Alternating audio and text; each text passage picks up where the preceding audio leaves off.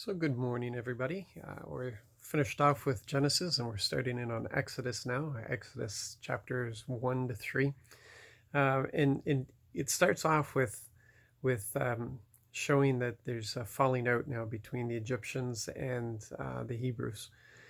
And it's not that there's any indication that the Jews did anything wrong or out of the ordinary, but the whole thing about what Joseph had done has been forgotten, as happens in history. You may think it's kind of silly, but do you remember anything about our first prime minister? Uh, yeah, and that wasn't all that long ago.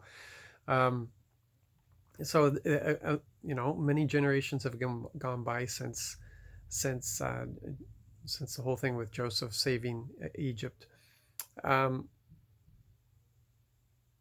and it's not that the Jews are done anything. It's just that they're different. Uh, and we have this thing. We see this even in our society, when something is different. We don't take the time to understand things. We immediately form an opinion, and it's usually a negative opinion towards that thing.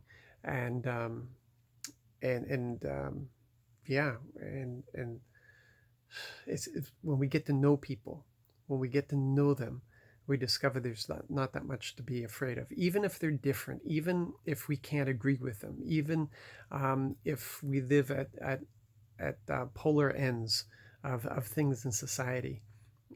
Still, when you get to know people, it becomes a personal thing, and it doesn't become an ideology. And things are dealt with more in relationship, and that's who we are supposed to be as Christians. We broker these things. We come into relationships with people. We're not supposed to be bosses. We're not supposed to be demanding. We're supposed to come alongside people. We're supposed to know them, love them, appreciate them, um, even if we totally disagree with them. But that's not really the main point in today's reading. That's just something that kind of stood out there for me. The main thing here is the revelation of God to Moses. It's the beginning of this incredible relationship that's going to happen, and and Moses knows his calling. He knows that it's on his heart to free the people, but he got burned the first time he tried it in his own ability, his own strength. And now's the time. Now there's greater maturity that's come in. He's had time in the desert. He's had time to receive a real education compared to the education in Pharaoh. And God has not called him because he had an education in Egypt. A lot of people think that's where he learned to be a leader. Man, he's standing in the desert. He doesn't know what it is to be a leader at all. He only was able to do what he did because he submitted to the Lord. And you need to get that from the very beginning. He only did what he was able to do because he submitted to the Lord, because the Lord told him to do it. And even though he didn't want to, and even though he didn't think he could, he did it because the Lord told him to.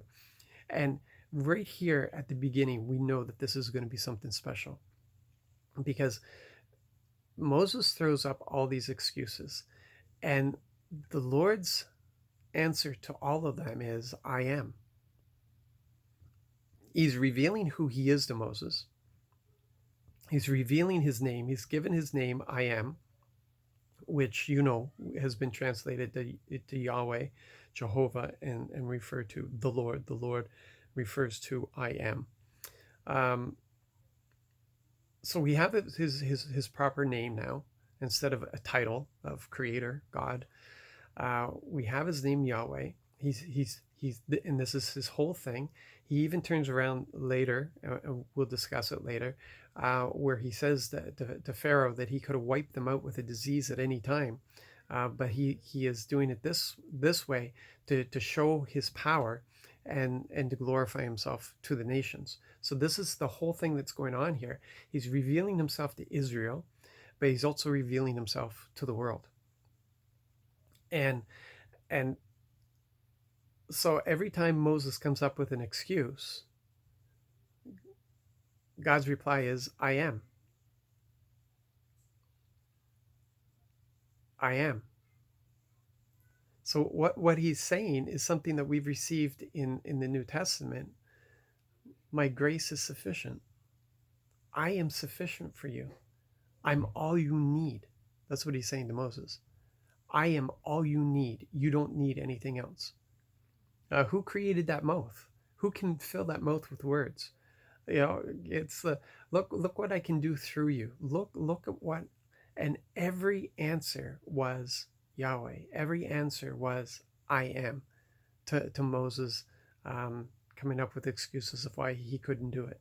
Man, if we could just capture this and understand this and hold on to this, that every answer to our weakness is I am. Every answer to every deficit in our life is I am.